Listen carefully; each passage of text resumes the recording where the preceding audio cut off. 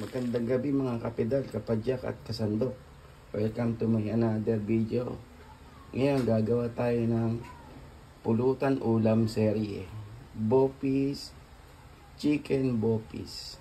Ang mga kakailangan na natin, ang sikretong malupit ni Biker Chef, spice vinegar niya, kamatis, luya, bawang sibuyas, bell pepper, radish labanos, carrots, at suwete, yung basa sabihin nyo.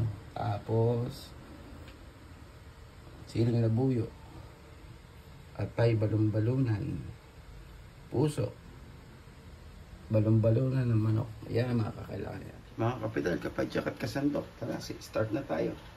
Luto na tayo, dinice ko lang lahat. Tapos simulan muna natin yung atsuete oil. Ito yung panggigisa natin para may kulay na kaagad. Kailangan lang natin ng mantika, oil,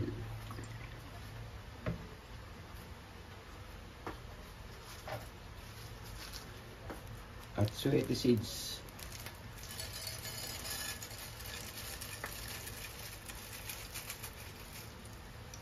Kukunin lang natin yung kulay. Tapos yan ang paggigisa natin. Tapos ang sekreto niyan, margarine, star margarine ang gagamitin natin panggisa. Ayan, kinukuha lang natin, kinukulay lang natin yung atsuete. Para ito pag gagamitin natin panggisa para may kulay na kaagad. Tapos dinice lang natin yan. Atay, balon-balunan. Ayan, dinice na. Kukunin na natin yung ano, yung atsuete.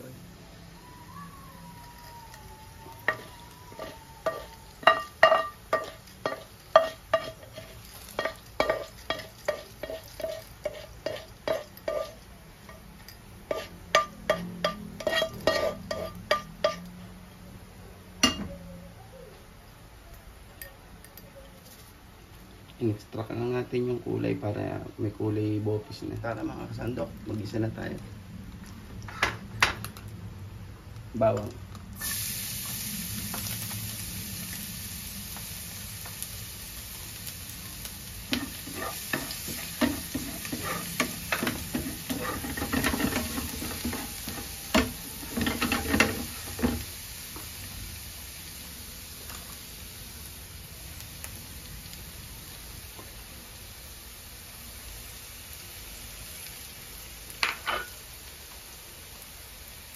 bango,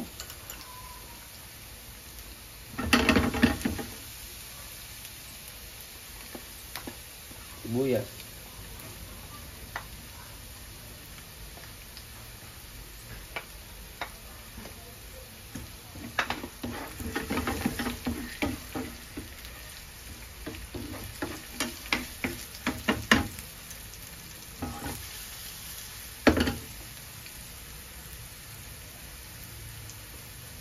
mamaya dagdagan pa natin ang anato oil na ginawa natin anato oil para magkulay pula talaga yung bopis. Hindi naman natin siya pagkakapulan. Matis,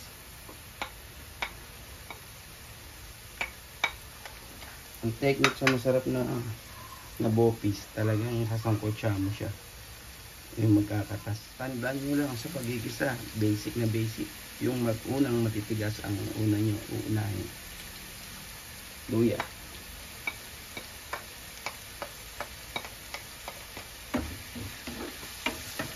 sangkotsain natin siya ng sangkotsa para yung flavor talaga ng mga organ natin ma-extract, magsama-sama. Yun ang technique ng masarap na bopis.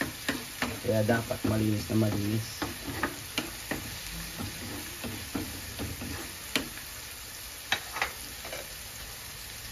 Tapos lalagyan natin siya ng star margarine, pampalasa rin yun. Yan na.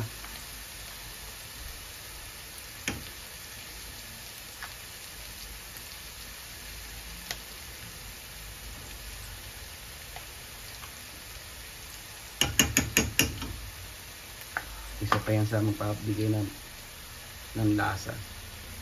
Kapag nakikita nyo yung tunaw ng kamatis, sign na yun, sunod yun yung bell pepper.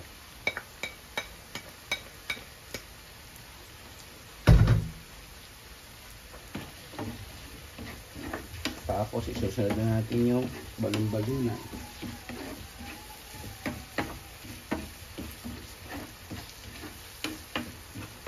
Ang technique yung igigisa natin siya sa sarili niya para lumabas yung flavor niya.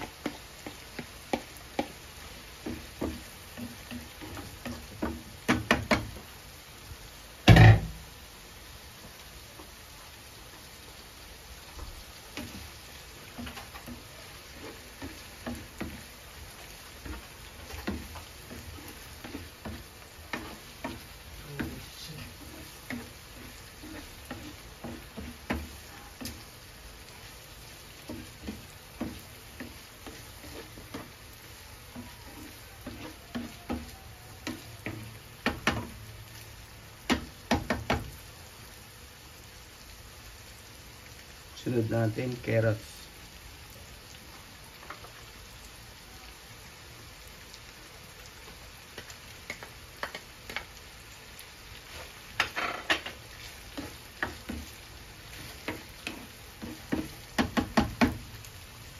Tapos tatakpan natin siya mamaya. Sisilakboy natin yung sarili niyang flavor para mamaya lumabas talaga yung tunay na lasa. Yan ang technique sa masarap na bopis. After nating mapanuan, ito naman, labanos naman.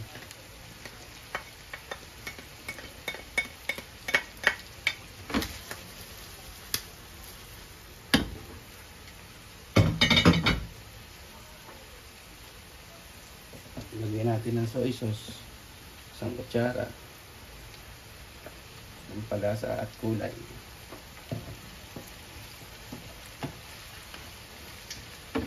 Oyster sauce, isang kutsara din.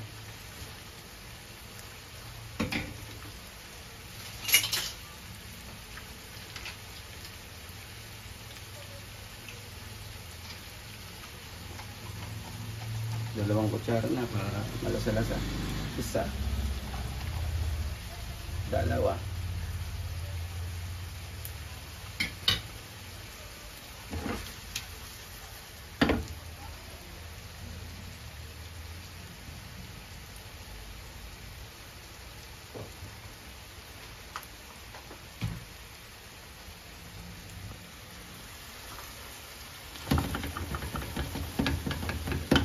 Sangkutsain natin siya. Tapos pag malapit na maluto, ilalagay na natin yung atay at sili. Tapos we're done na.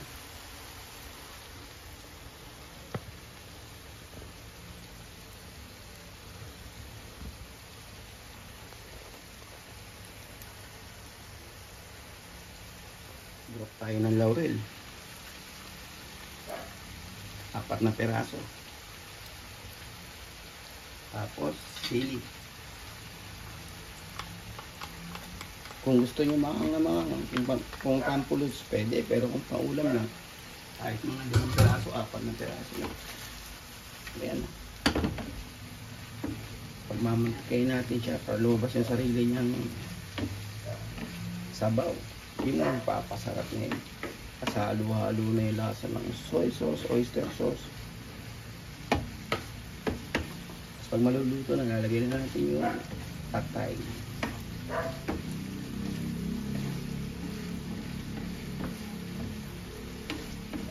Ayan, nakita nyo, labas niya yung sarili niya, katas.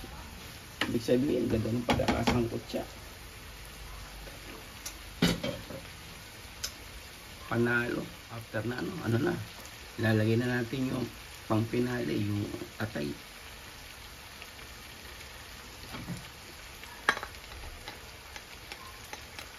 Pasimag lang uli natin. Then, malapit na. Ganyan. Iba nilalagyan nila ng asukal ng brown. Pero sa akin, okay na eh. Dahil napatamis na siya ng oyster sauce. Sarap kasi sa bopis yung nag-aaway yung alat, tamis, para yung asim. Hindi natin nilalagay yung suka. Kaya lagyan natin siya ng suka, mga 2 sandok.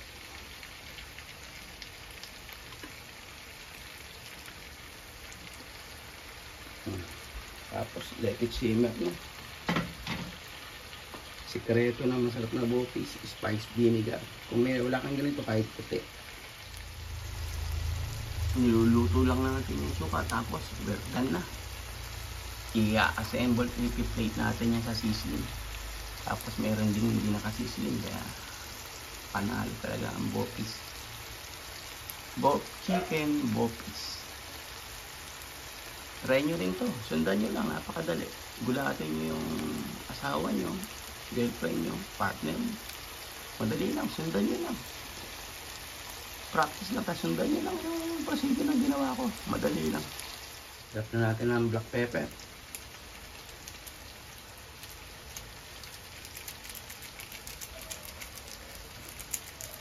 Tapos mga 2 minutes. We're done na. Diba?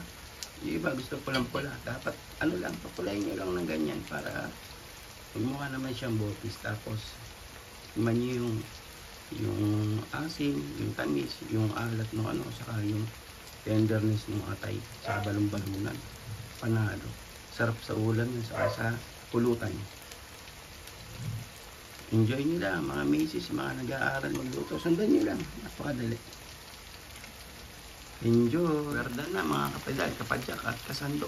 Basta tandaan nyo, igisa nyo lang siya, tapos isimmer nyo siya ng maayos para lumabas yung natural flavor niya, tapos magsama-sama. Ayos. Sizzling bopis. Done. Chicken bopis.